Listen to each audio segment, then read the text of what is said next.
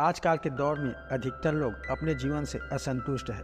उन्हें लगता है कि मैं ही गरीब क्यों, मैं ही दूसरों से कमज़ोर क्यों हूँ। उन्हें अपने आप में दूसरों के मुकाबले कमी लगती है।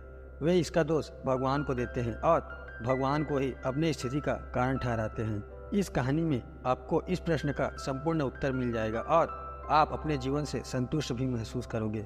बहुत समय पहले की बात है। एक गांव में धर्म उपदेश देने के लिए लगे हुए शिविर में भगवान गौतम बुद्ध पहुंचते हैं।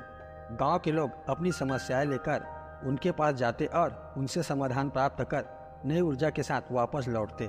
गांव के बाहर एक गरीब राह में बैठा बुद्ध के पास आते जाते लोगों को निहारता रहता।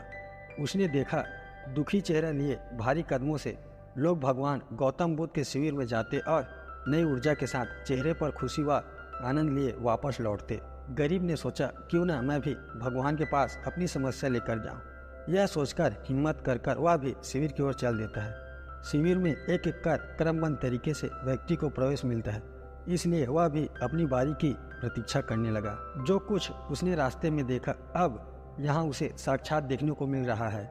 लोग एक एक कर अपनी समस्या बता रहे थे। भगवान गौतम बुद्ध चुपचाप शांति से सबकी समस्या सुनते और जवाब देते। उसकी भी बारी आई। उसने भगवान गौतम बुद्ध को प्रणाम किया और बोला, भगवान मैं ही गरीब क्यों। भगवान गौतम बुद्ध मुस्कुराए और बोले, तुमने कभी किसी को दिया ही नहीं, इसलिए गरीब हो। इस पर वह आश्चर्य से भगवान गौतम बुद्ध का मुंह ताकने लगा और बोला, भगवान मेरे पास कुछ देने के लिए है ही नहीं। बड़ी मुश्किल से गुजारा हो पाता है और कभी कभी तो भूखे ही सोना पड़ता है, इतना गरीब हूँ। भगवान गौतम बुद्ध शांत भाव से बोले, तुम्हारे पास एक चेहरा है, किसी को भी मुस्कुराहट दे सकते हो। तुम्हारे पास मुख है, किसी को भी प्रशंसा भरे कुछ शब्द दे सकते हो।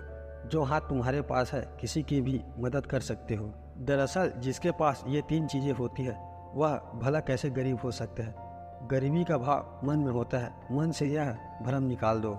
लोगों को देते जाओ, गरीबी अपने आप ही दूर हो जाएगी।